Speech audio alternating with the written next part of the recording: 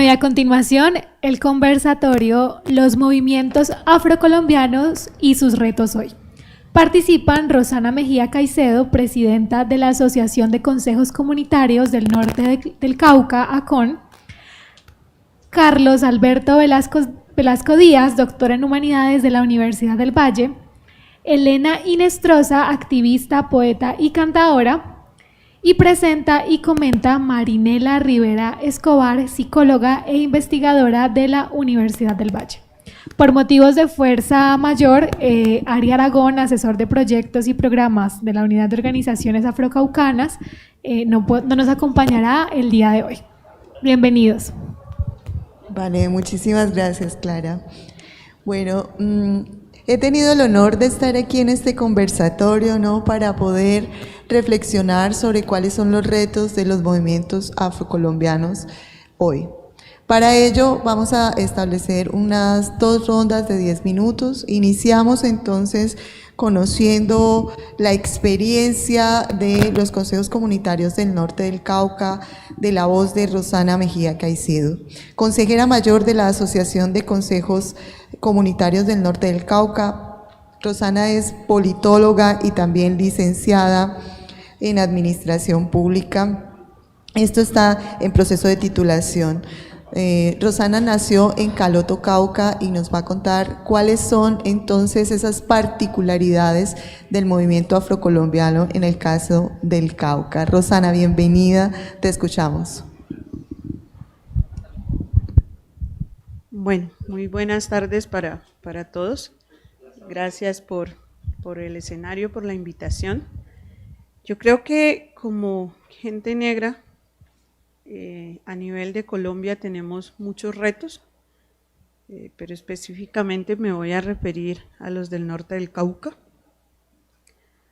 La primera, yo creo que el más grande que tenemos, el reto hoy, es la resignificación del movimiento social de las comunidades negras a partir del proceso de seguir posicionando la preexistencia que hemos tenido como pueblo negro, como comunidad ancestral en esta región pacífica.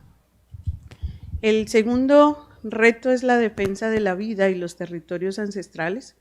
Hoy yo creo que nos encontramos en medio de tensiones territoriales que ponen en riesgo la existencia de la gente negra en esta región del país, no solo por los pueblos étnicos y culturales que estén ahí, sino también por los modelos económicos, por el acumulado de olvido que han tenido los gobiernos anteriores a nuestra población, el estado en el que se encuentra hoy nuestras comunidades, no solamente desde el tema de la atención en términos políticos, sino todo lo que ha significado el que se hayan trazado políticas y modelos económicos desde los escritorios desconociendo las particularidades de nuestro territorio, el que se haya cambiado abruptamente la vocación de uso de nuestros suelos y que nos hayan condenado a vivir en medio de modelos económicos que distan mucho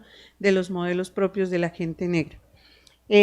Yo creo que es indispensable la reivindicación también y el posicionamiento de nuestros sistemas propios de justicia, la justicia restaurativa, a partir del resarcimiento del daño, de la corrección del individuo, del ser, antes que el castigo.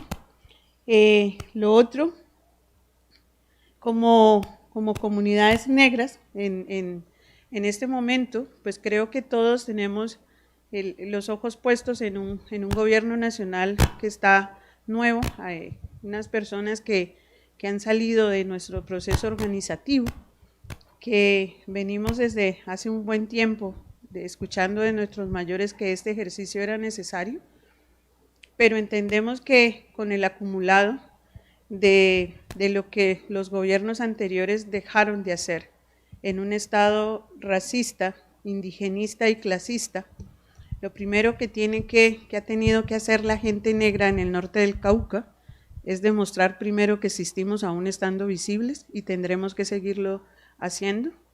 Segundo, tendríamos que empezar a dar ideas de cómo cambiar inclusive el modelo económico de este país que se basa sobre el extractivismo, y estamos en contra de estas actividades. Y desde ahí, como les decía inicialmente, desde esa reivindicación y esa lucha por demostrar una preexistencia para conservar vida y territorio, que es donde tiene asidero el accionar de nuestra organización, que es la defensa de la vida y los territorios ancestrales, pues tendremos que empezar a exigirle a un gobierno nacional que dejemos de estar entre las cosas de estados, el cúmulo de cosas de acumulado, perdón la redundancia, de cosas inconstitucionales que tiene este país. 29 años tiene la ley 70 y 29 años está dentro de un artículo transitorio, y son todas estas cosas que ha dejado de hacer un Estado, vuelvo y repito, que ha sido indigenista, una academia también que ha sido bastante indigenista y que ha ocultado no solo la historia de la presencia de la gente negra, sino también de aquellas cosas, de aquellas acciones que hemos emprendido también para construir país, para generar desarrollo y para sostener inclusive la economía de este país. Muchísimas gracias, Rosana, por este espacio introductorio a nuestra conversación sobre los retos.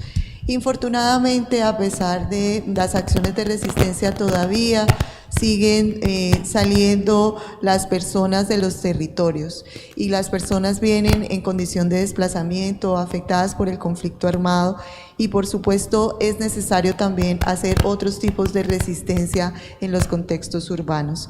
En ese sentido, entonces, le doy la bienvenida a este conversatorio a Elena Inestrosa. Tengo bastante que contar de Elena Inestrosa Benté, ¿sí? Elena nació en el municipio de Timbiquí, Cauca, y de allí viene a la ciudad de Cali por estos aspectos que ya hemos contado, ¿no? Elena, también es importante hacer digamos, un posicionamiento. A las mujeres nos corresponde hacerlo. Elena también es madre de 9 hijos, junto a ellos llegó a vivir a un asentamiento aquí en Cali, ¿no? Y este lugar, digamos, debido a la segregación espacial que vivimos en Cali, también ha sido el espacio en el cual Elena ha hecho todas sus acciones de resistencia vinculadas a los procesos artístico-culturales. Elena, por supuesto, también es una cantora y hace parte de todas estas acciones que hoy queremos reconocer. Elena, bienvenida. Muchísimas gracias, mi profe. Muy buenas tardes a todos y todas. Bueno, como ya escuchamos, soy Elena Inestrosa, soy una mujer del municipio de Timbiquí, departamento del Cauca, Pacífico Sur colombiano. Llegué a vivir a esta ciudad de Santiago de Cali hace más o menos 15 años. En mis 15 años, pues ha sido una búsqueda incansable por mejorar mi calidad de vida en cuanto a lo emocional, porque salí de mi territorio, pues no por mi voluntad.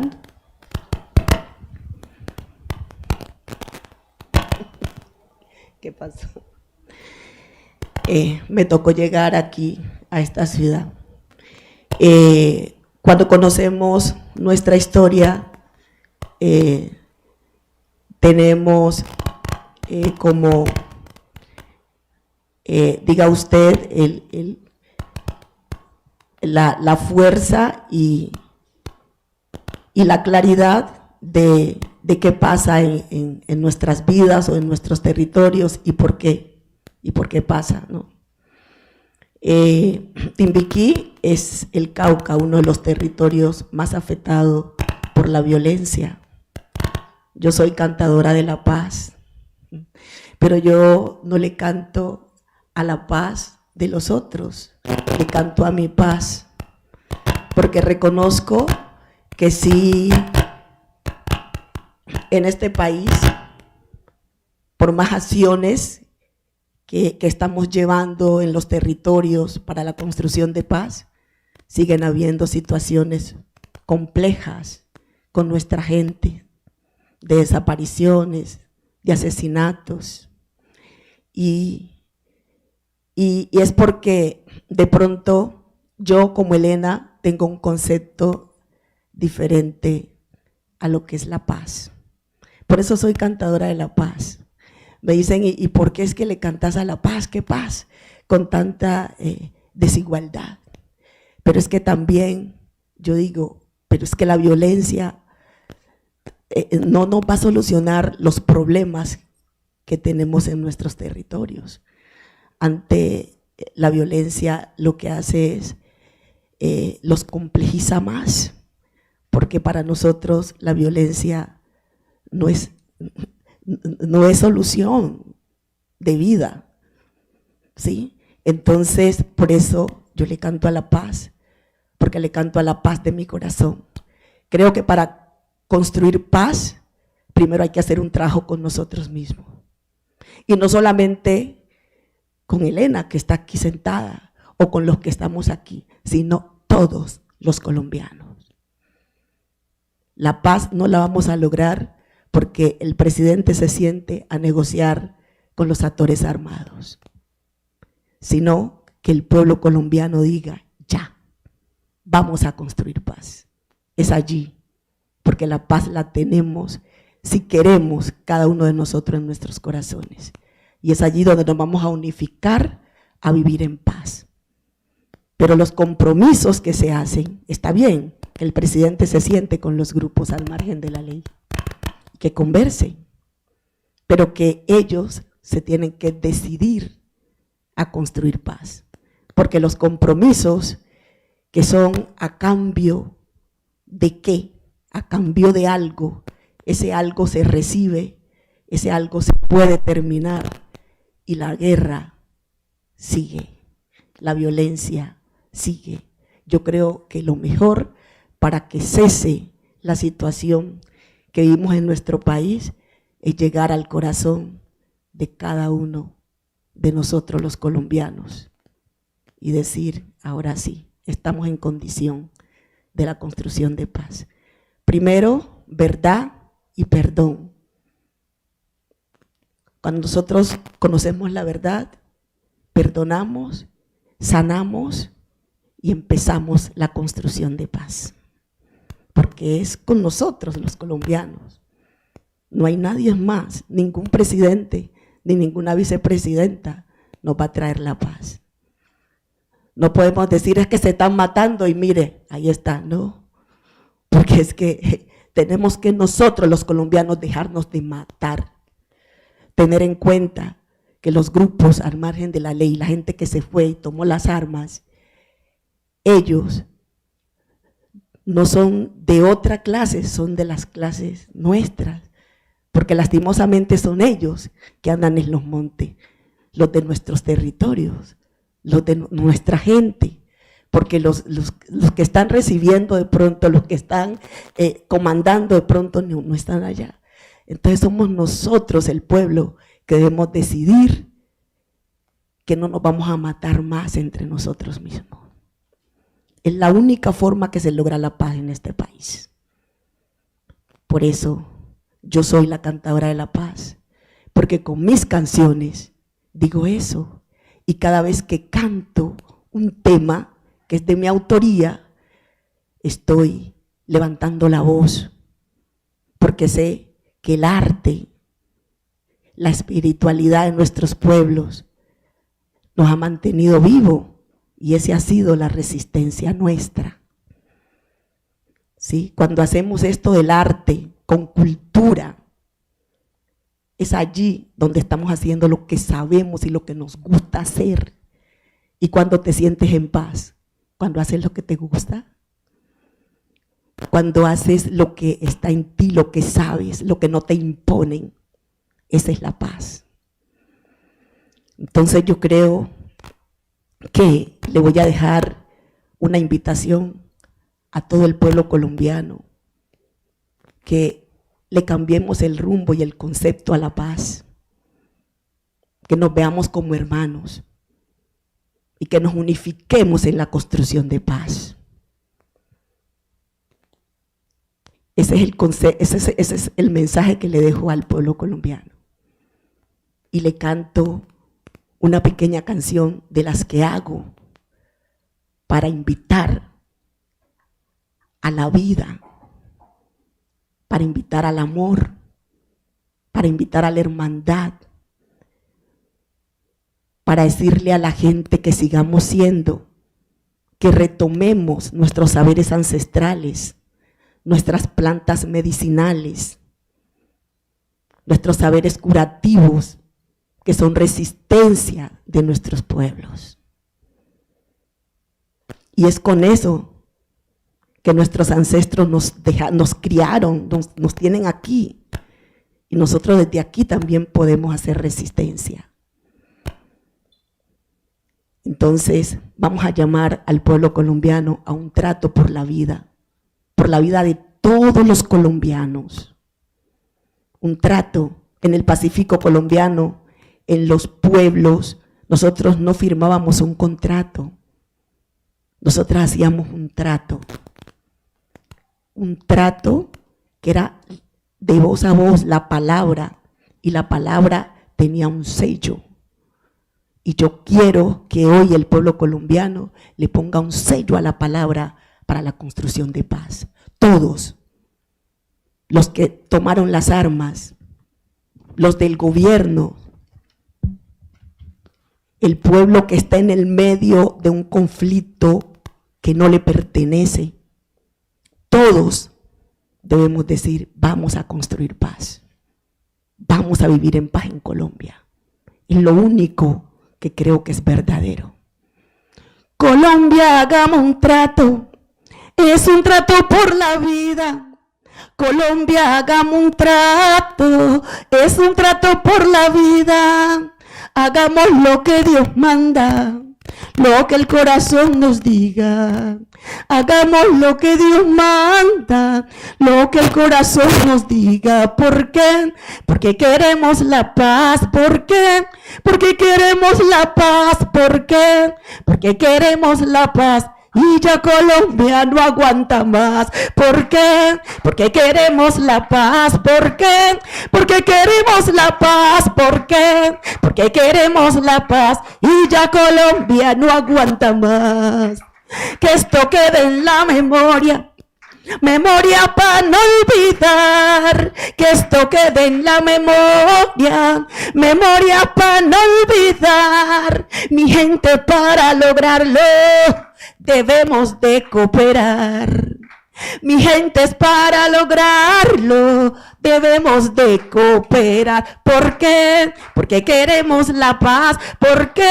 Porque queremos la paz. ¿Por qué? Porque queremos la paz. Y ya Colombia no aguanta más.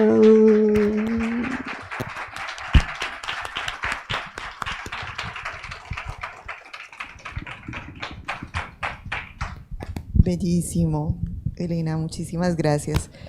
Bueno, y a propósito de construir la paz, esa construcción de la paz también tiene que ver con recuperar lo nuestro y también recuperarlo en el ámbito académico, ¿no? En ese sentido, algunos hablan de las insurgencias académicas y de las resistencias epistémicas. En ese sentido, entonces, nuestro tercer invitado es Carlos Alberto Velasco Díaz. Carlos Alberto es doctor en Humanidades, ¿no? Egresado de la primera cohorte de nuestro doctorado en Historia, Sociedades y Culturas Afro-Latinoamericanas, con estudio de postdoctorado en América Latina y su inserción en el orden global de la Universidad Andina Simón Bolívar. Ha hecho diplomaturas en riesgos laborales, planeación social, direccionamiento estratégico, gestión del desarrollo social, desarrollo sostenible, justicia constitucional y mujeres de la Via Yala. Diplomatura en filosofía y sabidurías africanas, procesos de autoformación en etnomusicología, etnoeducación, afrosabidurías del Pacífico, investigador, escritor, creador de los violines caucanos y exjurado del Festival de Música del Pacífico Petronio Álvarez. Es integrante del Grupo de Narrativa Colombiana, adscrito a la Escuela de Estudios Literarios de la Universidad del Valle y del Grupo de Investigación CUN1. Docente del Programa de Especialización en Educación en Derechos Humanos, Facultad de Educación de la Universidad Católica Lumen Gentium. Bienvenido, Carlos. Cuéntanos de esas historias. Bueno, muchas gracias. Después de estas exposiciones de estas mujeres queda uno como… Y ese canto de Elena, como sin palabras. Bueno, respecto a los retos de los movimientos afros del norte del Cauca, quiero iniciar con un proverbio africano que dice: en el bosque, mientras las ramas están peleando entre sí, las raíces se están besando. Hay que transformar esas ramas, nos está invitando tanto Rosana como Elena Inestrosa, esa transformación de esas ramas. Para lograr esa transformación de esas ramas, pues cuando hacía mi tesis doctoral, uno de los hallazgos y de los aportes es el rescate de un hombre llamado Natanael Díaz Rivas, hasta esa época nacido en Puerto Tejada, pero después me pongo a hacer indagaciones profundas y encuentro de que no nació en Puerto Tejada, sino en Villarrica, que es uno de los grandes aportes. A ver, porque inclusive yo entrevisté a un hijo de él, Eduardo, en esa época me dijo que el papá había nacido en Puerto Tejada, ni el hijo sabía dónde había nacido el papá. De pronto, porque conocieron a Natanael fue a través de su madre, doña Rosario, no tienen la culpa tampoco. Pero sí, en Villarrica una de mis maestras siempre me decía que Natanael era de Villarrica, y efectivamente indagué a una prima hermana casi coetánea de él, tenía casi 100 años, Damiana Díaz, y me ratificó de que Natanael Díaz nació en un caserío llamado Hueso de Pata en la espacialidad de Villarrica. Bueno, eso fue uno de los grandes aportes de mi trabajo doctoral. Uno de los, digamos, los elementos como centrales en Natanael Díaz, dentro de su prosa, dentro de su escritura, él plasmó varios artículos que publicaron en Bogotá entre el 43 y 1948. Manuel Zapata Olivella, en Levántate Mulato, lo reconoce como el precursor de la negritud en Colombia. En Levántate Mulato lo pueden, en esa autobiografía tan hermosa que hace Manuel. Desde la perspectiva de mis estudios, para mí Natanael Díaz es el precursor de lo que yo llamo la pedagogía del orgullo racial. Ustedes saben que esta sociedad ha desarrollado frente a la gente afro y frente a la gente de los pueblos nativos una pedagogía de la vergüenza racial. A la gente nuestra la han enseñado a odiarse, le han enseñado a odiar su pelo, le han enseñado a odiar su color de piel, le han enseñado a odiar a los que son de su mismo tipo. Y esto nace para mí en el pensamiento de Natanael cuando él cursaba sus estudios primarios. Precisamente por eso decían que había nacido en Puerto Tejada. A él lo traslada más o menos a los 5 años de edad hacia Puerto Tejada, precisamente buscando una escuela donde se pudiera capacitar. Nuestras comunidades siempre han tenido ese problema de la educación. Villarrica, exactamente donde él nace, no tenía escuelas completas, de primaria completa.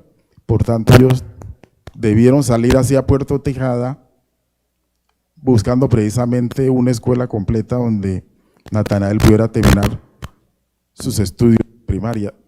Eso se desplazaron hacia Puerto Tejada y ahí se pegaron muchos para erróneamente plantear que era un hombre nacido en Puerto Tejada. Cuando cursaba sus estudios en la escuela, exactamente en una vereda llamada La Quebrada, cuenta de la manera de anécdota que no podía hacer el 3, hasta que a la maestra se la salió pues la paciencia, le pegó un ferulazo, me decía su prima hermana Damiana, y le pronuncia una frase, dice que lesionó el tímpano de sus oídos. Cuando le dice esta frase, negro bruto. negro bruto, y se la repitió.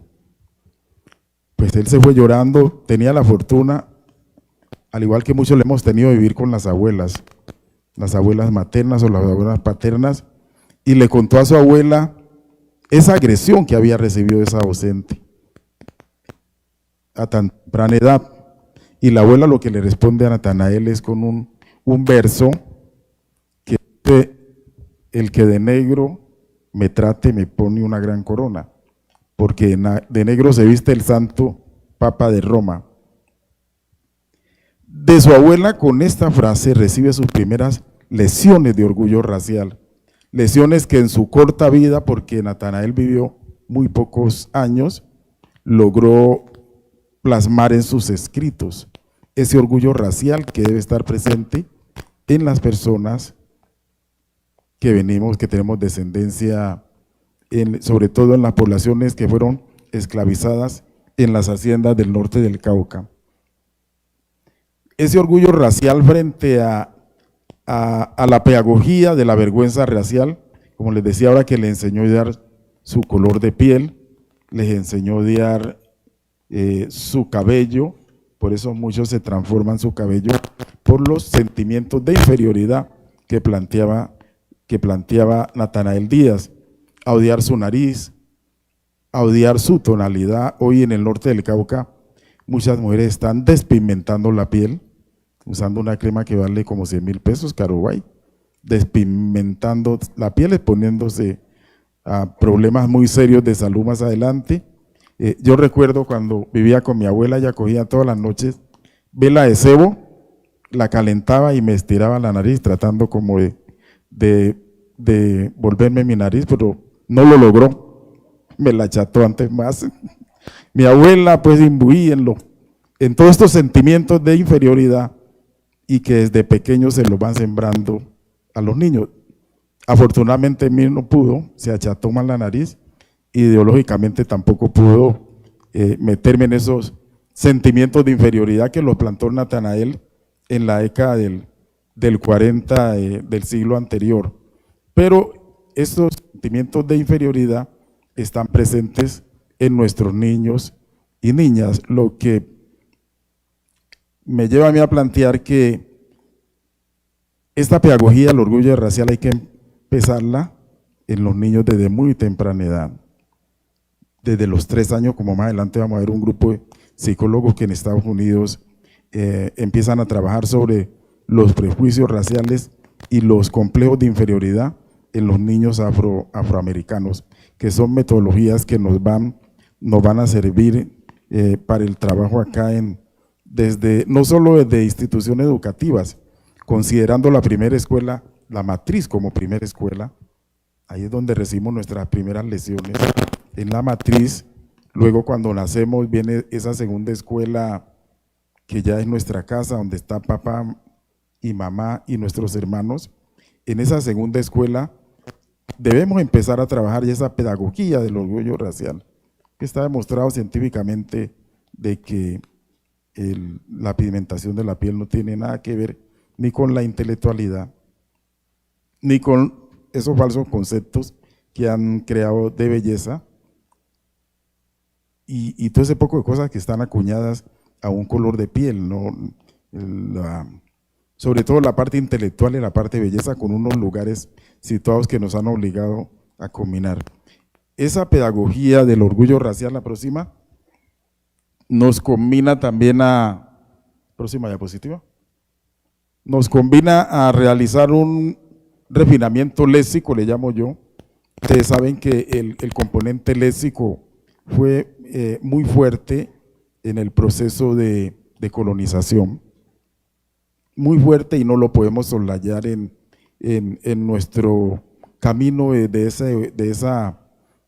sembrar en esos niños, esas niñas, esa pedagogía de sacar esos sentimientos de inferioridad, de trabajar la pedagogía del orgullo racial para poder erradicar los sentimientos de inferioridad que llevaron a nuestra gente a adoptar un discurso del opresor, indudablemente, a adoptar la religión del opresor.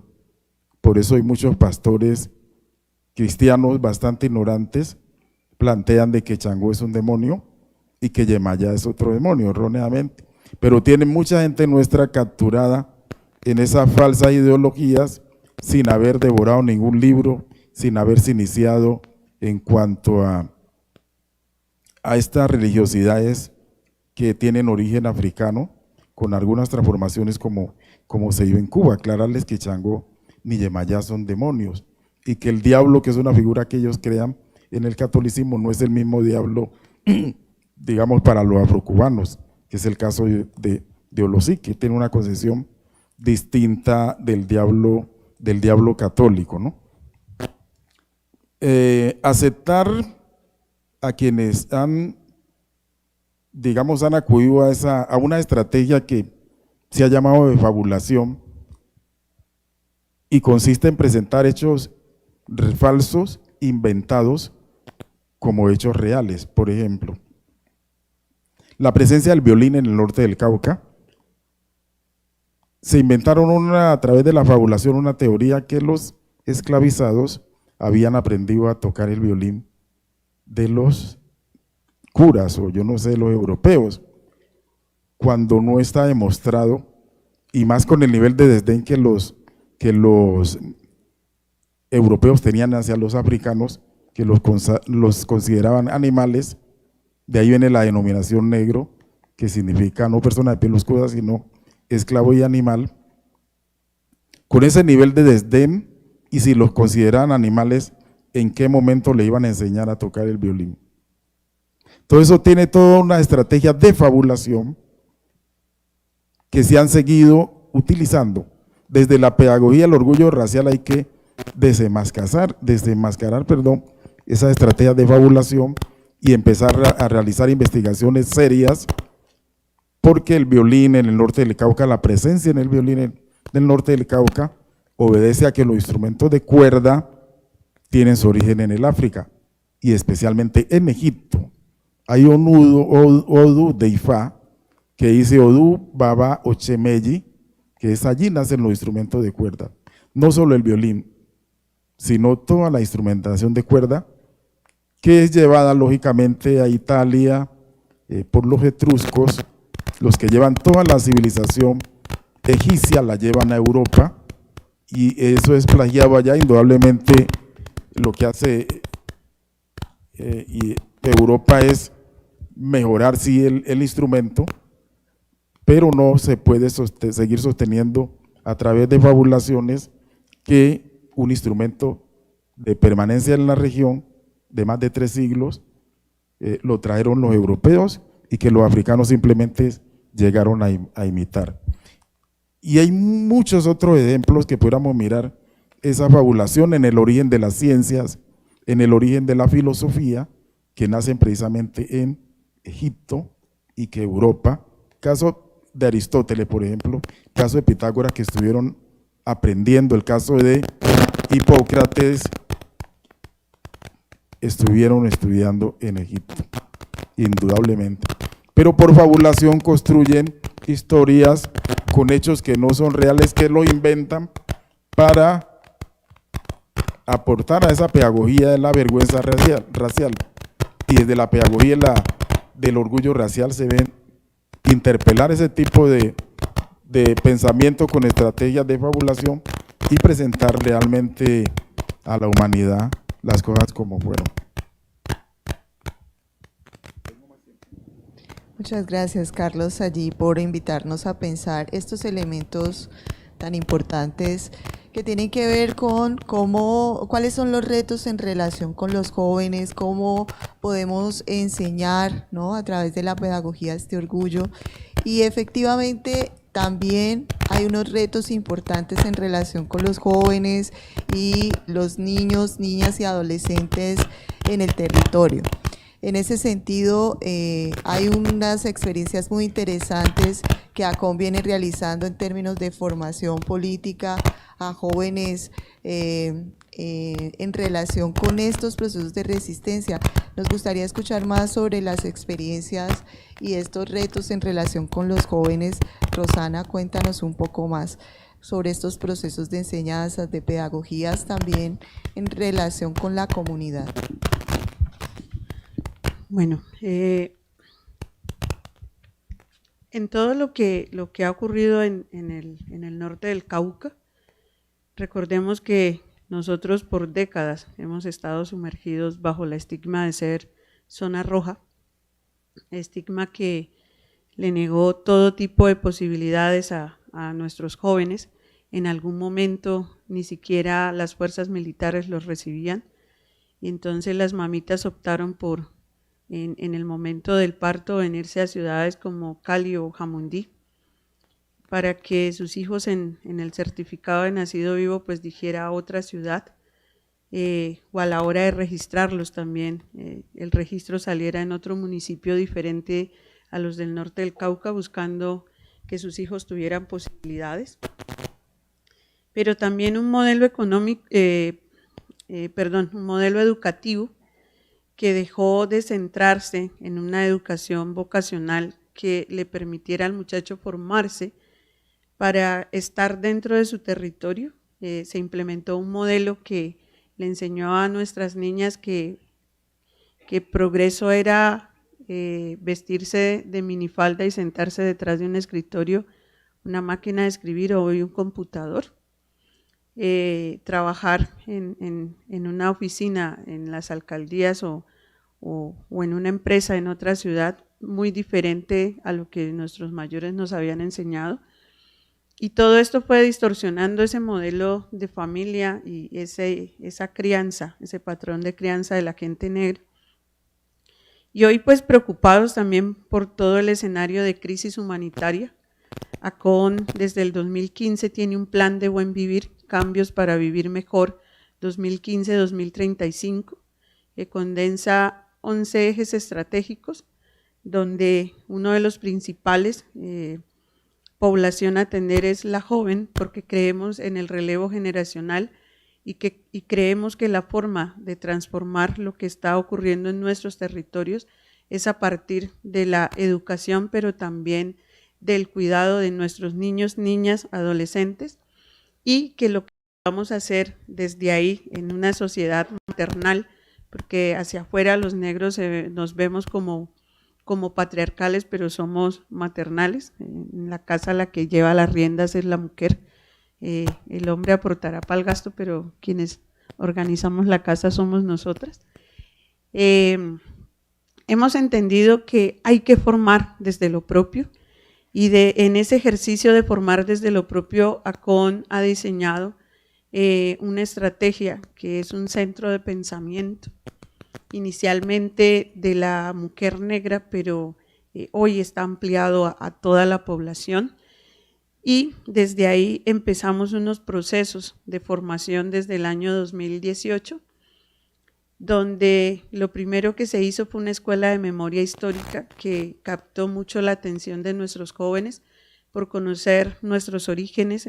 Ahora escuchaba con atención lo que decían en el panel anterior frente a los apellidos, y realmente es cierto, porque son pocos los apellidos de la gente negra en el norte del Cauca, pero están desde Suárez hasta Miranda, que es donde estamos nosotros, y cada uno desde sus particularidades tienen unos usos y costumbres que nos hacen inherentes en este ejercicio, en este territorio. Después de haber realizado la Escuela de Memoria Histórica y la de Guardia Cimarrona, que se hicieron de manera paralela, el encuentro de consejos comunitarios del 2019 mandata al Consejo Mayor de ACON que hay que ahondar en una segunda lengua, porque pues recordemos que en esta región del país, en el medio del proceso de esclavización, de lo primero que nos despojaron, además de nuestras creencias, de nuestra espiritualidad, fue de nuestra lengua materna. Y lo más parecido que tenemos en Colombia es la lengua palenquera. Hoy hay un puñado de muchachos en el norte del Cauca que hablan palenquero. Se empezó con una iniciativa muy corta hacia los niños y algunos padres de familia, y ya eso hoy se ha ido expandiendo. Ya hay jóvenes que conversan entre ellos en palenquero, y ya eso pues hace sentir satisfacción dentro del proceso. pero también hemos venido impulsando las escuelas en gobierno propio, en justicia ancestral, en la formación política de las mujeres, en todo el proceso de lo que tiene que ver con género y generación, formando a nuestros jóvenes en el marco del gobierno propio, dando a conocer todo lo que tiene que ver con la aplicación de justicia ancestral. Hoy están, después de haber pasado de un proceso de documentación de casos exitosos de aplicación de justicia ancestral en el norte del Cauca, los jóvenes hoy están emocionados con todo este tema. Producto de ellos yo creo que ha sido el estallido social en el norte del Cauca, especialmente estuvo desde los jóvenes, desde la gente negra, desde las mujeres, y ahí tenemos que aceptar nuestra responsabilidad de que se ayudó a muchos de nuestros jóvenes a abrirles los ojos frente a sus derechos, frente a lo que está pasando en el territorio, pero también tenemos que contar que de este proceso, el año pasado nos presentamos a las elecciones de los consejos municipales de juventudes y en todos los municipios los jóvenes que habían pasado por estos procesos de formación se presentaron y pasaron. Ejemplo, Santander de Quilichao tiene 5 consejeros de juventudes salidos de este proceso de formación. Hay jóvenes hoy dentro del Consejo Mayor de ACON que han salido de estos procesos de formación en busca del despertar y de esa apertura. Tenemos un joven también inquieto que hoy es el asesor de asuntos étnicos de la Gobernación del Cauca, y así un sinnúmero de personas que dan fe de lo que hoy se ha venido fortaleciendo, el arraigo y el sentido de pertenencia que hoy tienen los jóvenes por su territorio, por sus mayores. Recordemos que para nosotros nuestras autoridades son los mayores y existe hoy ese respeto, aún era algo que se estaba debilitando por los modernismos y por la inmersión de otras culturas en nuestro territorio, pero que poco a poco hemos ido ahondando en ello, y pues hoy nos encontramos también que en el marco de las tensiones territoriales quienes han salido a defender su territorio no desde la confrontación, sino desde el sentido de pertenencia y esa obligada que nos han hecho dentro de los territorios, fueron los jóvenes y han sido los que han ayudado también a guiar este trabajo. Seguimos insistiendo en que una de las formas de cambiar la concepción de para qué vinimos a este mundo es la formación, insistir y ganar espacio en la formación de nuestros jóvenes nunca será en vano, y yo creo que el verdadero ejercicio de paz en nuestros territorios empieza a partir de que la familia se empodera de la formación no solo académica, sino en valores, como ha sido la base de la formación de la gente negra, a nuestros niños y a nuestros jóvenes, donde empieza el respeto por el papá y la mamá y por el resto de la sociedad.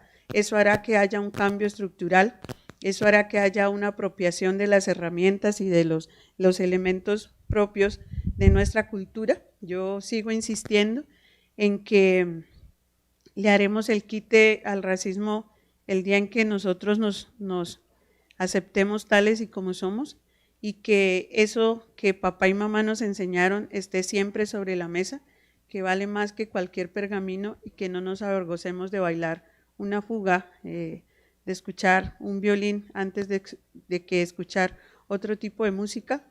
Y esto lo han ido entendiendo los jóvenes. Yo hoy veo en mi comunidad jóvenes produciendo bebidas típicas artesanales antes de que otro tipo de cosas, y procurando ayudar en medio de este proceso de escenario violento. No podemos dejar de lado que en el norte del Cauca hoy hay una tendiente muy fuerte de las estructuras al margen de la ley por captar a nuestros jóvenes. No puedo dejar de mencionar que también cuando se empieza el expansionismo de la coca dentro de nuestros territorios, la primera célula a la que acudimos para poder frenar en algún momento ese avance desmedido fueron los jóvenes. Decirles a los jóvenes, hay que hablar con papá y mamá, hay que decirles por qué eso no es bueno, y para eso han servido los espacios de formación. Acabamos de terminar 6 escuelas, alrededor de 400 personas formadas con el compromiso de ir a territorio y hacer réplicas de lo que se ha aprendido, no solamente para posicionarnos como organización, sino en ese llamado que también hoy está haciendo la vicepresidenta de este país, de volver a la raíz, volver al seno de la comunidad, volver al seno de la familia, volver a la falda de papá y mamá para desaprender y aprender y poder ahondar en lo que ya nuestros mayores han caminado.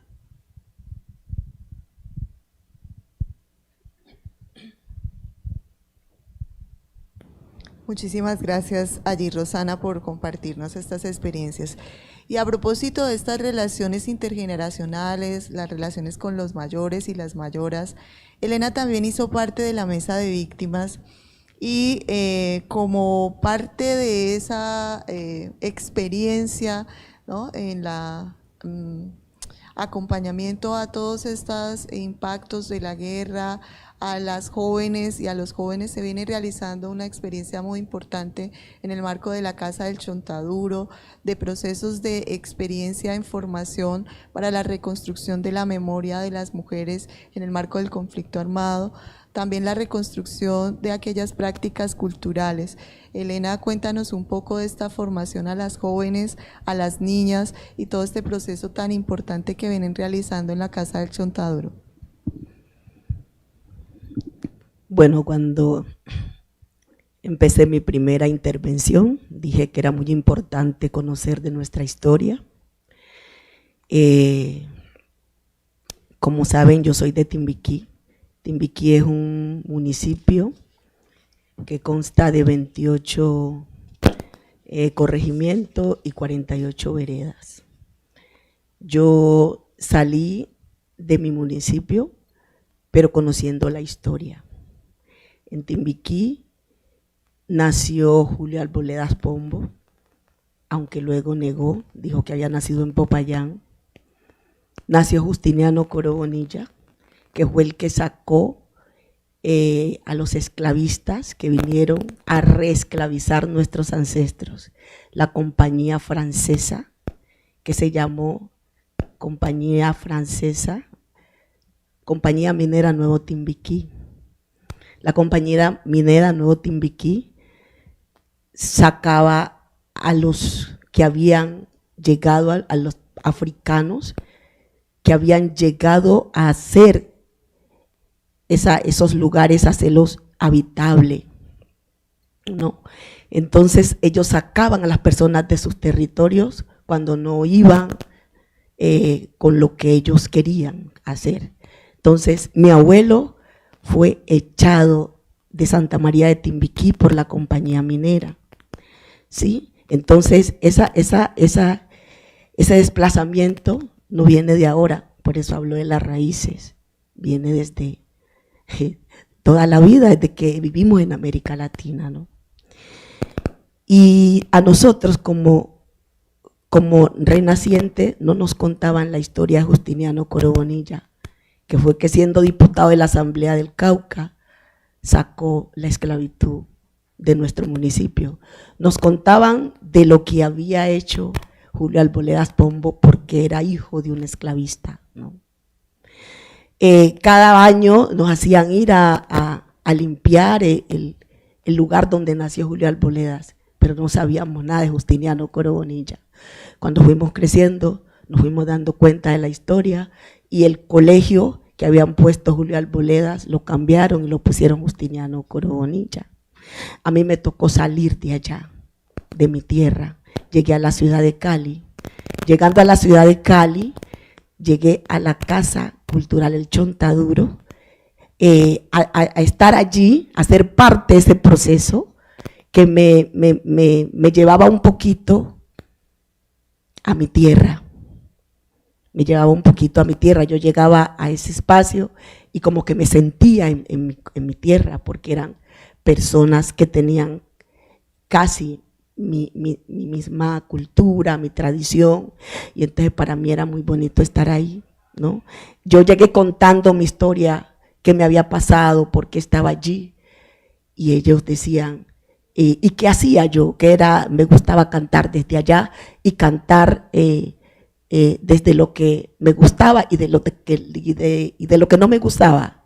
Entonces ellos decían, eso es un acto de resistencia, ¿no? Creé también mi propio proceso, que lo creé antes de llegar a la Casa del Chonta, que es una organización artística musical que se llama Integración Pacífica, ¿sí? La creé con personas que venían de diferentes partes del Pacífico desplazadas por la violencia, y yo, leyendo el contexto en el lugar que había llegado, que era en un asentamiento, me di cuenta que teníamos que hacer algo, porque nuestros niños llegaban allí los primeros días con toda esa cultura pacífica, que hasta te saludaban, nombre de Dios tía, con toda esa esencia pacífica, pero al mes, a los 2 meses, esos niños ya estaban en una esquina, con una gorra para un lado, con un estilo raro. A los pocos días los mataron en las fronteras invisibles. Y yo llegué con 9 hijos. Y yo decía, ¿cómo voy a hacer aquí para criar mis 9 hijos? Fue allí donde dije, debo seguir siendo esa mujer del Pacífico.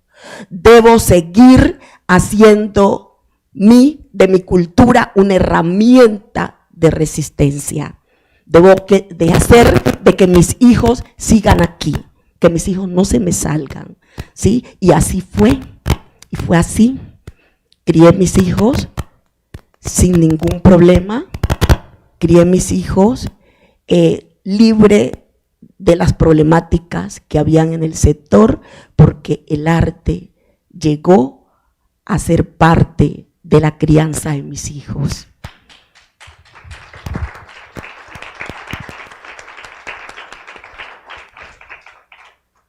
Y desde ese entonces, que les hablo hace 15 años hacia atrás, pues yo siempre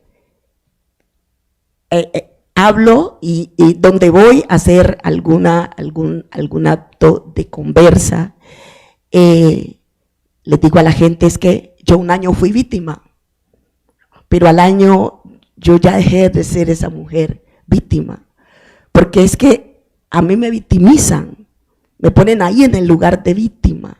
Pero si yo me quedo ahí, sigo ahí donde me quieren tener, ¿verdad? Y lo que yo no quiero es seguir ahí donde me ponen. Conociendo la historia de mi gente, de mi pueblo, de mi etnia, ¿cómo voy a querer quedarme ahí donde me ponen? Yo sé que los que me ponen ahí son los mismos opresores, los que le dieron el lugar de esclavitud a mis ancestras. Son ellos que vienen, ese es un hilo conductor que no se ha roto. Y son ellos que me sacan de mi tierra. Son ellos que sacan a mi bisabuelo, a mi abuelo, y son ellos que me sacan. Entonces yo digo, no, yo no soy más víctima. Yo me levanto de ahí y yo voy a andar y yo voy a seguir con lo mío.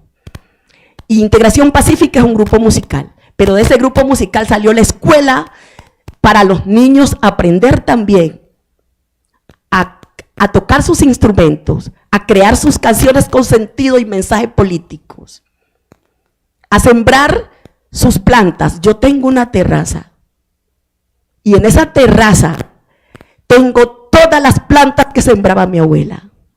Y a los niños les digo, este tal sirve para esto, este tal sirve para esto, este tal sirve para esto, sirve para esto. Ustedes no pueden dejar esto, porque esto no pasó de moda. Porque si pasó de moda el pronto alivio, porque anoche me cogió una fatiga y con eso me quitó. Es que no ha pasado de moda el pronto alivio. Entonces hay que seguirlo sembrando. Porque la cebolla del Pacífico condimento mi comida con el cimarrón, el poleo, la chillangua, el orégano. ¿Y por qué me queda rica? Es que no ha pasado de moda. Hay que seguir sembrando. Yo, me he dicho, la educación, eso debe estar allí para también hacer una transformación en nuestro país. Nuestros niños deben de tener acceso a la educación, pero pido que la educación también sea enoeducación, que tenga que ver con lo afro, que se hable en los planteles educativos, que se hable de lo nuestro. Que al niño que venga del Pacífico, en vez de primero hablarle de los semáforos, pregúntele cómo se maneja un potrillo, Un potrillo es una canoa. ¿Cómo se maneja una canoa? Pregúntele primero y verá que el niño participa porque participa. Pregúntele, ¿cómo llegaste? ¿Por dónde viniste? Participa porque le va a decir en un barco o le va a decir en un bote. Pero si usted llega a mi niño del Pacífico y usted le dice es que tenés que ponerle cuidado a las señales de tránsito. Mi niño no sabe qué es eso, ¿verdad? Entonces él no participa. ¿Y qué se dice después en los planteles educativos? Es que los negros y los indígenas es que no participan, es que ellos son los que más desertan, es que ellos son los que menos catan. No, no es eso, es que no se ha llegado donde se tiene que llegar. Con ellos hay que empezarlos a hacer participar, primero hablándole de lo de ellos. Porque a mí me han llevado a colegios y a universidades a apoyar algunas cátedras. Y cuando yo llego a hablar, los niños participan, los jóvenes participan y los profesores dicen, uy, nunca le había oído la voz a él. Porque yo pregunto el potrillo, ¿te acordás de las tardes cuando íbamos que nos sentamos en la playa a echar cuentos? Sí, es que mi mamá echaba un cuento de la pata sola, de la tunda. Sí, es que tal. Entonces empiezan a participar y a escucharlos a ellos. Y a sentirse también en casa. Porque cuando llegan a que ellos se sienten aislados, es que este no es el mundo que yo conozco. Vienen de una cultura muy diferente y de un contexto también muy distinto. Entonces, yo quisiera eso, dejar aquí este mensaje, la educación, por favor. No sacar a nuestros niños de lo que son, a nuestros jóvenes. Gracias. Muchas gracias, Elena. Y es hora de que las universidades vamos a conocer estos escenarios, ¿no? En el territorio, en el norte del Cauca, en el distrito de Agua Blanca. Y sobre esto nos invita también Carlos, sobre ese rol importante de las organizaciones en esta pedagogía del orgullo racial. Entonces, Carlos, vamos cerrando ya este conversatorio tan interesante. Bueno, quiero referirme a algo muy acertada las cosas que planteó Elena. En que, mire, yo estuve hace como unos 15 días invitado a una clase, están viendo una de etnoeducación, una electiva, aquí en la Universidad del Valle. Y qué cosa tan curiosa, una de las estudiantes nos manifestaba que ya está terminando su licenciatura aquí en la Universidad del Valle y ven 6 niveles de historia de Europa. 0 niveles de historia del África. El África se ve como un país, ni siquiera se estudia. Entonces, lo que usted está diciendo es muy cierto.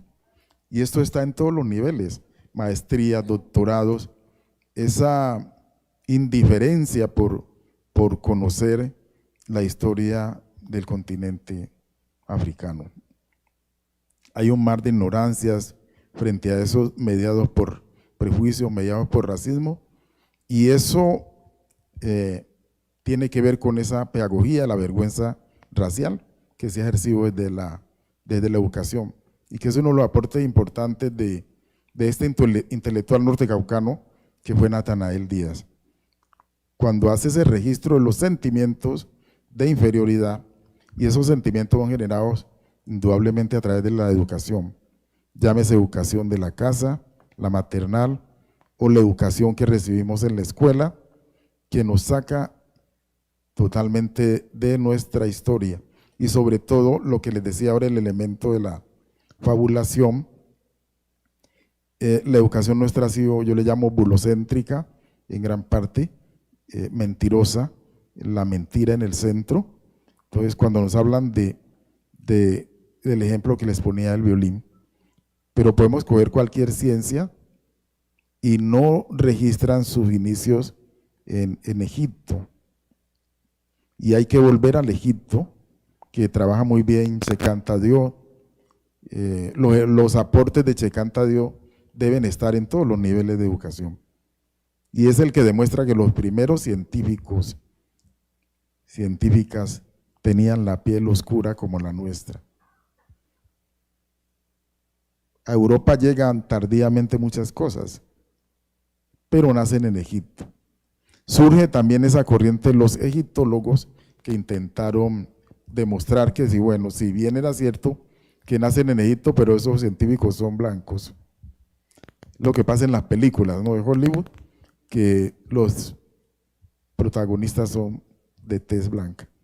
Para nada tienen la tez oscura y representan a los dioses y personajes de Egipto. Qué cosa tan tenaz. Eso para reforzar lo que yo he llamado pedagogía la vergüenza racial.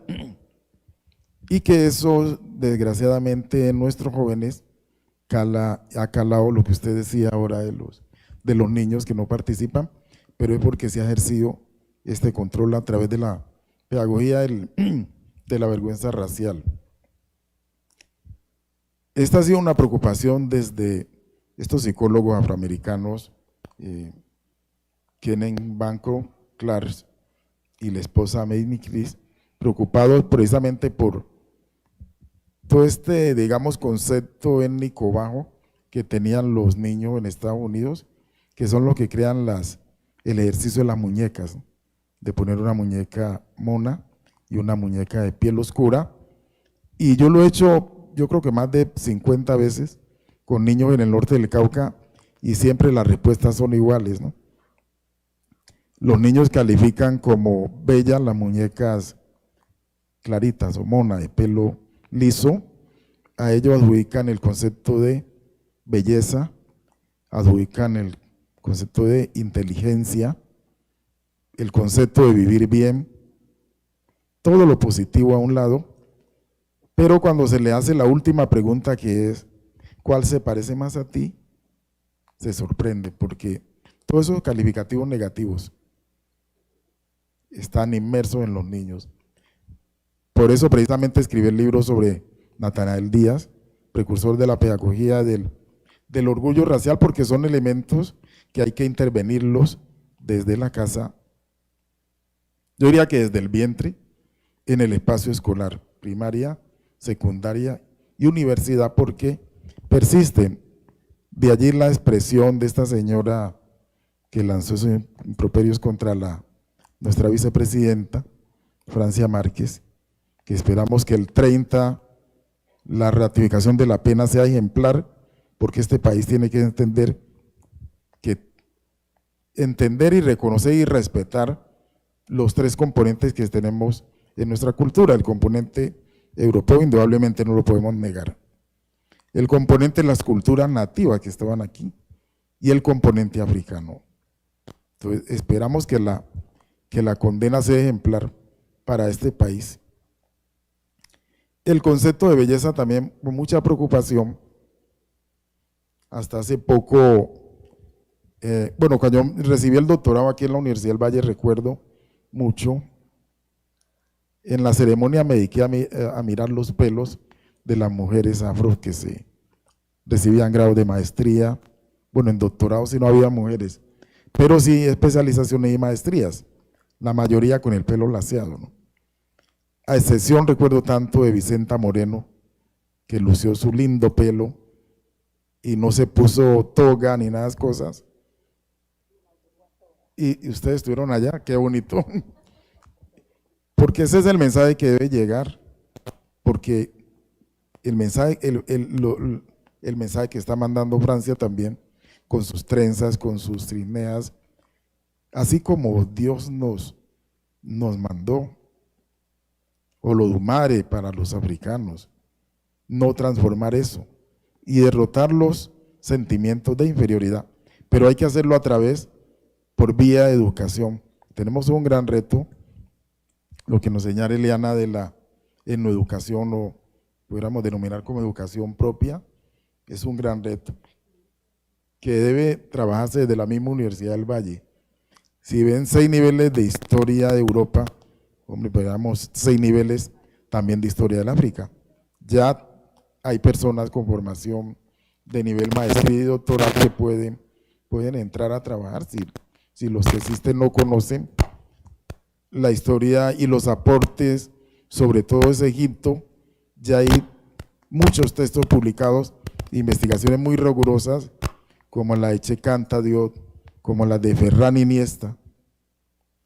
La misma investigación es de Chimamanda también, que es una escritora muy joven, nigeriana, y los trabajos que hicieron en la ruta del esclavo, en la UNESCO también, la gran historia del África, que son varios tomos que deben circular a nivel académico también. Bueno, muchísimas gracias, Carlos. Ya vamos cerrando. Nos gustaría saber si hay preguntas en el público.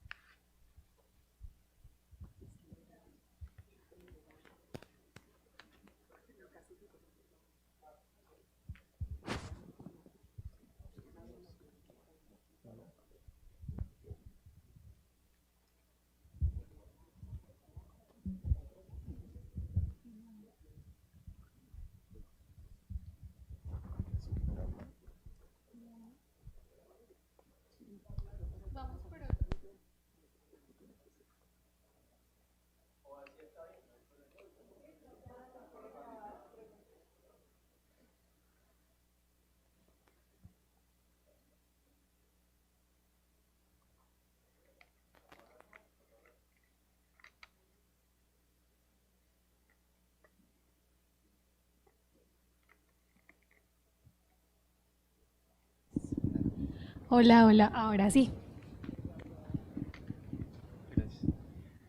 Hola, buenas tardes. Sí, tengo una pregunta para el caballero al respecto pues, de sus planteamientos con la pedagogía de la vergüenza racial y todo este tema.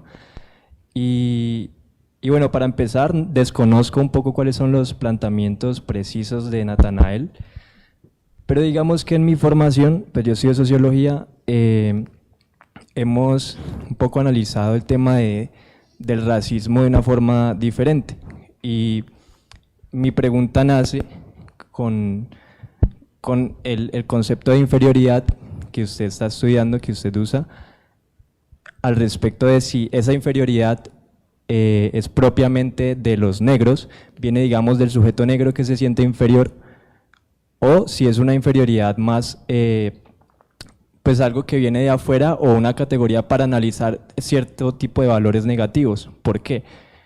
Porque digamos que dentro de ciertos contextos y digamos lo que yo conozco de la historia afro, no sé hasta qué punto resulte, en caso de que sea una inferioridad que venga de los mismos negros, validar esa inferioridad.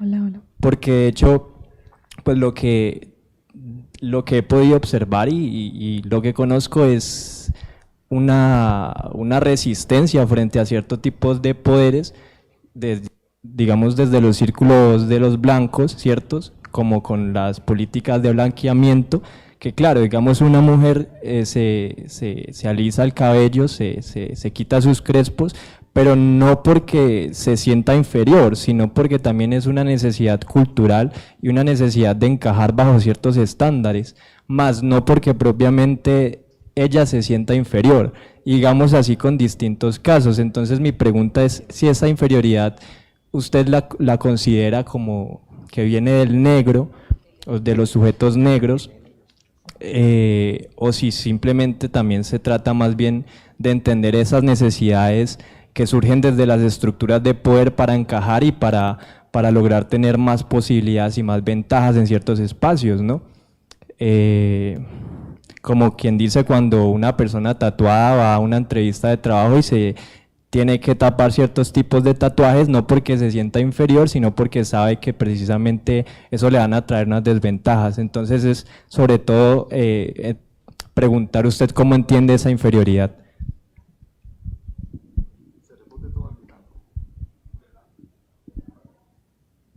Bueno, en primer lugar, mire, la inferioridad, desde la perspectiva que le he estudiado, no la creó la gente africana.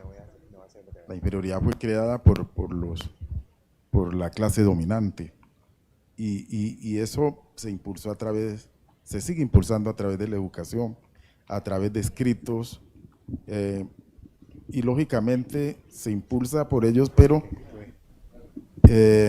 paralelo a eso se desarrolla esa pedagogía que yo llamo de la vergüenza racial, que hace que la gente nuestra acepte esa supuesta inferioridad.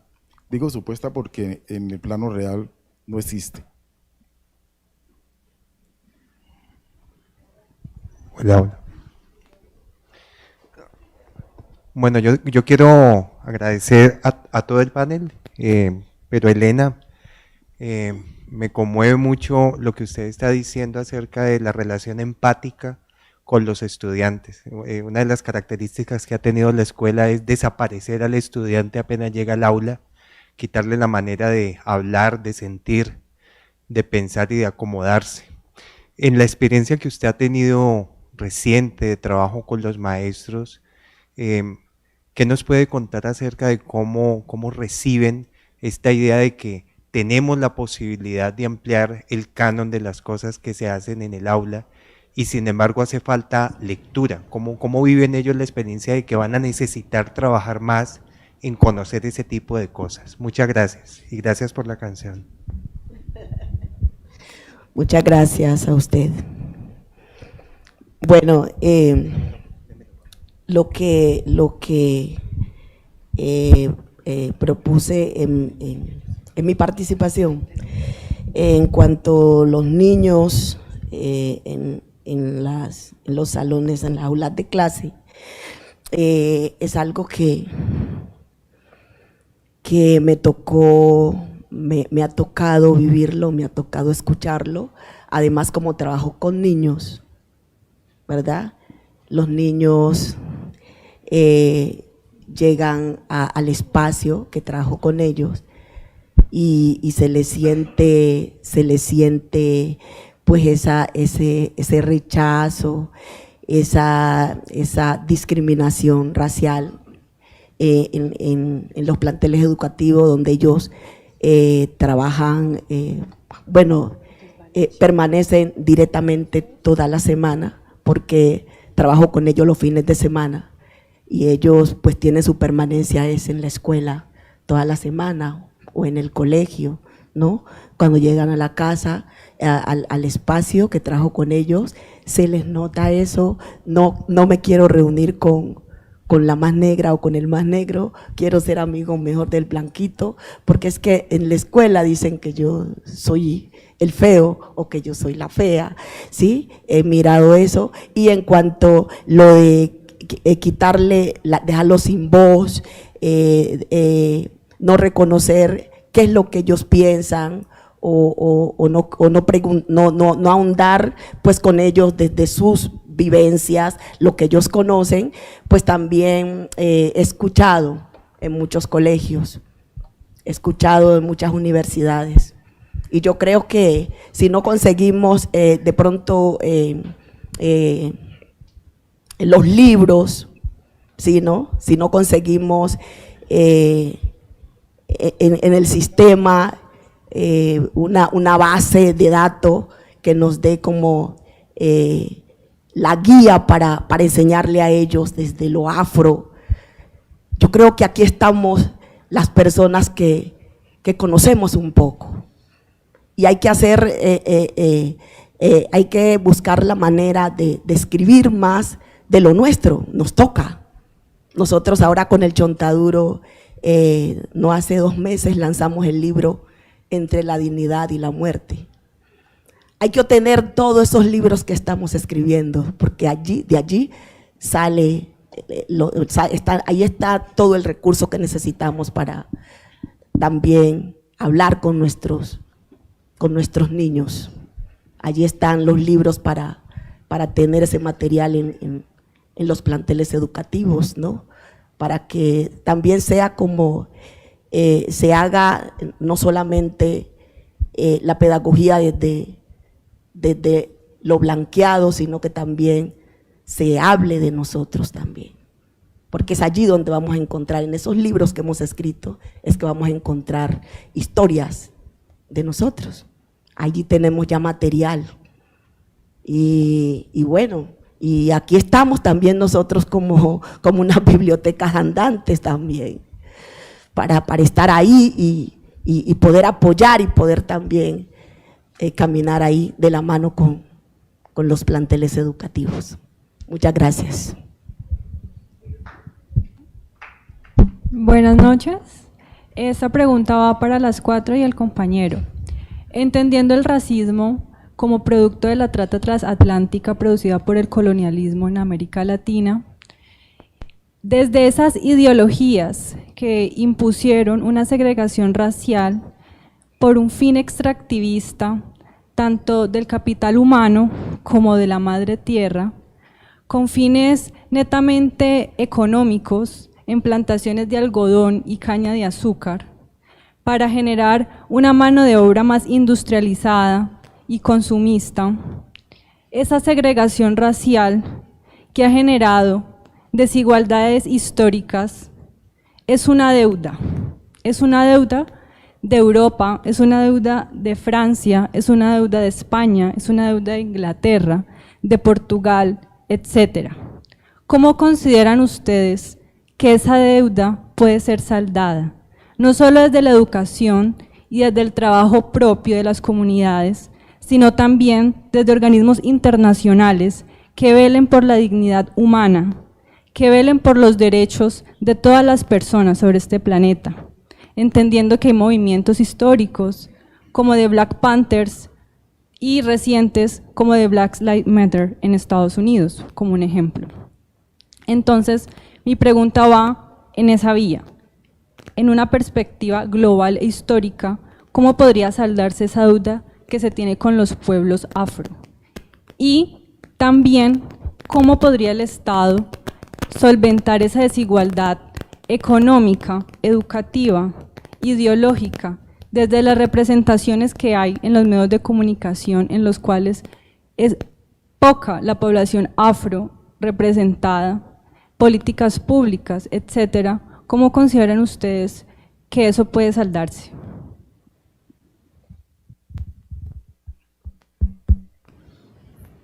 Bueno, pues yo creo que en mucha de la motivación que le hiciste a la pregunta, también diste algo de respuesta.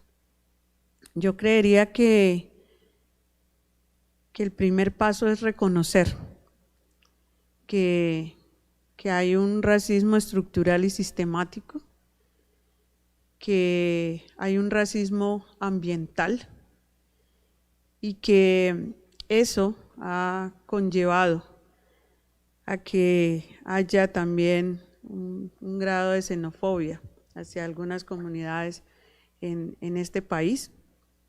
Y yo creo que la mejor forma de empezar a saldar esa deuda es el reconocimiento, reconocer la existencia de esta población y sus aportes al desarrollo de país y a la construcción de identidad étnica y cultural. Yo creo que no solamente desde los orígenes de la humanidad, sino desde todo lo que hacemos. Cali, por ejemplo, se ufana de ser la capital mundial de la salsa, pero ¿de dónde viene el ritmo? Y se baila muy buena salsa en Cali, pero ¿cuál es la base de esa salsa? Entonces, yo creo que cuando hablamos de una reparación histórica, casi siempre, o el saldar la deuda, casi siempre lo llevamos a los términos económicos, y hay cosas que son de mera voluntad política: reconocimiento, inclusión, participación, garantías de no repetición, como se reza hoy en algunos libros, porque en la práctica queda excluido.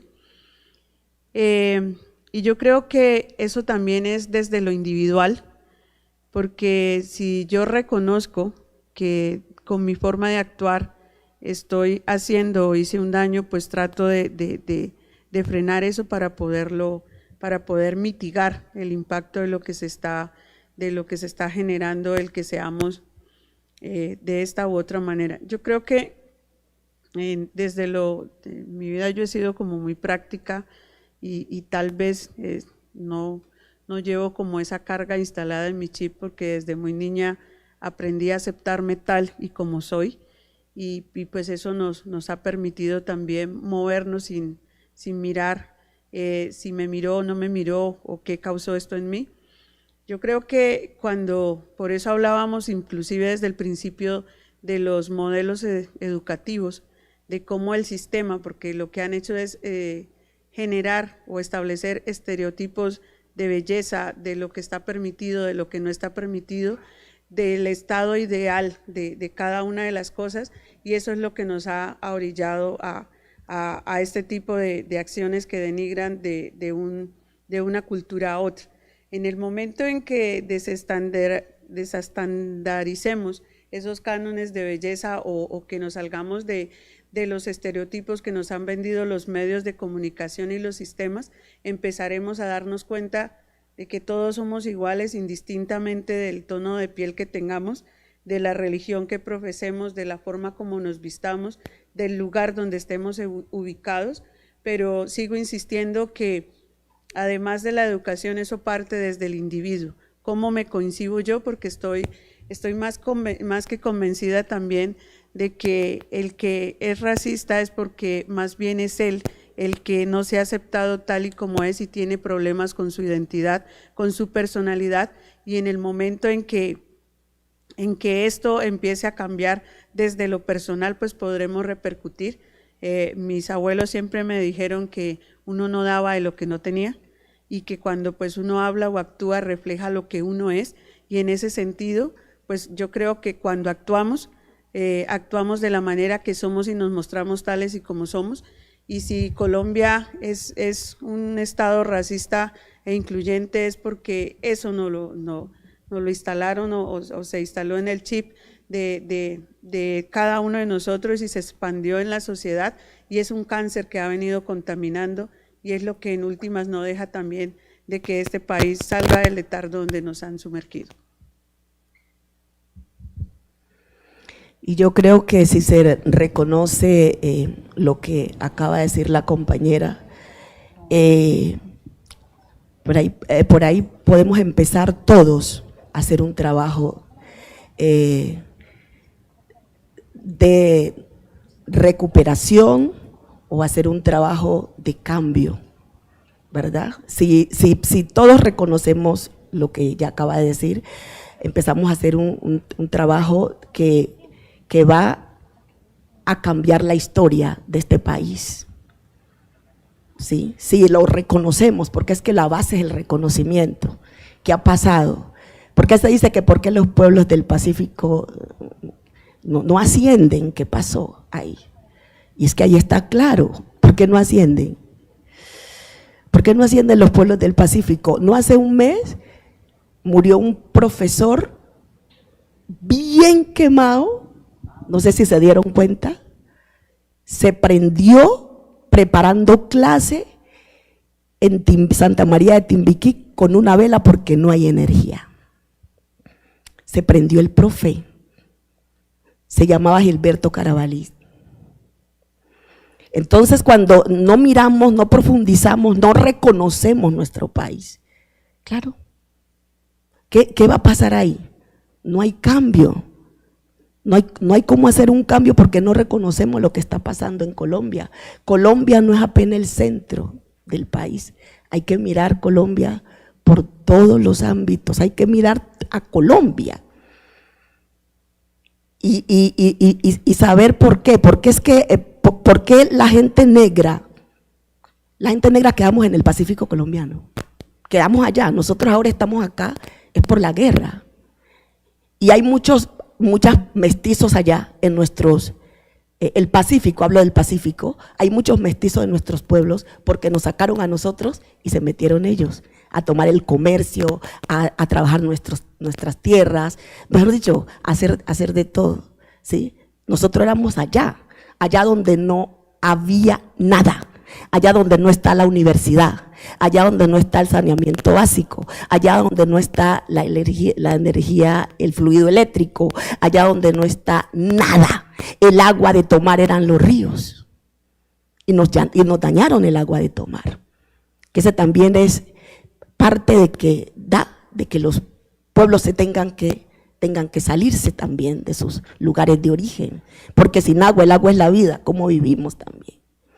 ¿sí? Si miramos eso, si reconocemos eso en la historia nuestra, yo creo que por ahí también podemos ir logrando algo positivo para este país. Y lo que yo pido es que lo reconozcamos sin distingo de color de piel, todos. Miremos que verdad, a la gente negra se le ha quitado esto. Mira que históricamente han vivido así. Y la gente preguntaba, ¿es que todavía se alumbran con vela o con lámpara de petróleo en este país? Sí, todavía hay lugares que lastimosamente, y el profe Gilberto quedó hecho un carbón, se prendió preparando clase. Y no fue ayer, fue hoy, no hace un mes.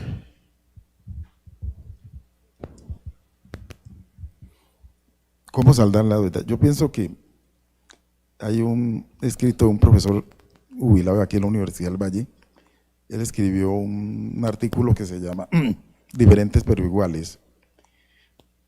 Lo que se plantea ahí, yo pienso que se salda la deuda reconstruyendo esa simetría de diferentes pero iguales, porque había una época en la humanidad en que los pueblos eran considerados diferentes, digamos en color de piel, pero iguales en cuanto a derechos, diferentes en color de piel, pero iguales en cuanto al acceso a la ciencia, que eso se rompe ya siglo XVII más o menos, con la trata transatlántica. Pienso que, no sé, nos demoraremos siglos, pero la tendencia, digamos, de lo que estamos haciendo debe ser hacia la reconstrucción de esa simetría. Eso implica lo que hemos hablado toda la tarde de la educación. Eso implica lo que tenemos que hacer desde nuestros hogares, lo que está planteando Elena de estas desigualdades con que nace este proyecto de nación colombiana, excluyente totalmente. El señor que propone la ley de libertad de vientres, hay una frase en él y era que abolir, digamos eso, de la esclavización, pero sin detrimento de los esclavistas. Y ese mismo pensamiento de ese señor Restrepo se da en la famosa ley del 21 de mayo del 51, que no es ninguna ley de abolición de la esclavitud, eso no tiene carácter abolicionista por ninguna parte. Es una ley que crea la élite colombiana para repartirse unos recursos en nombre de las poblaciones africanas. Pero en el discurso bulocéntrico y mentiroso ponen a que la gente repita que es la ley que abolió la esclavitud. Y este año se celebraron 170 años de la ley abolicionista, puras mentiras, porque la esclavización en el mundo no la suprime un decreto, ni una ley, totalmente falso. La esclavitud, yo hablo más bien de supresión, la suprimió la aparición de la máquina, no por voluntad de la élite colombiana ni de ningún país, pero ¿qué es lo que circula en las gentes, en la mayoría? Por algo estamos entre uno de los países más ignorantes del mundo. Por aquí toda mentira circula y la gente va replicando eso, y eso lo podemos demostrar de varias formas. Entonces, con la reconstrucción de esa simetría, podemos hablar de una reparación. Tiene que ver con todos estos trabajos a nivel de investigativos que han surgido desde 20 años hacia acá, que plantean la importancia de las comunidades africanas en esto que llamaron término europeo civilización. Yo pienso que desde allí, y lo que hagamos como profesionales, como estudiantes, que sigamos a graduarnos en la universidad, a replicar el mismo discurso mentiroso, bulocéntrico, pues no estamos haciendo mucho por esa reconstrucción.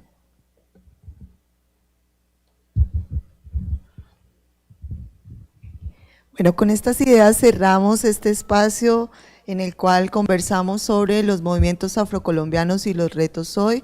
Es claro que la reparación pasa por esta reconstrucción de memoria histórica, de reconocer nuestra ancestría africana en los grandes reinos africanos del medioevo africano, reconocernos también nuestro propio racismo, ¿no? Descendientes de esclavistas, descendientes de esclavizados, la reconstrucción de las acciones de resistencia, acciones antirracistas hoy en el marco de cerrar las brechas que nos constituyen, superar las barreras para la integración. Muchísimas gracias a todos por sus preguntas. Muchísimas gracias Diego, Elena y Rosana por esta conversa.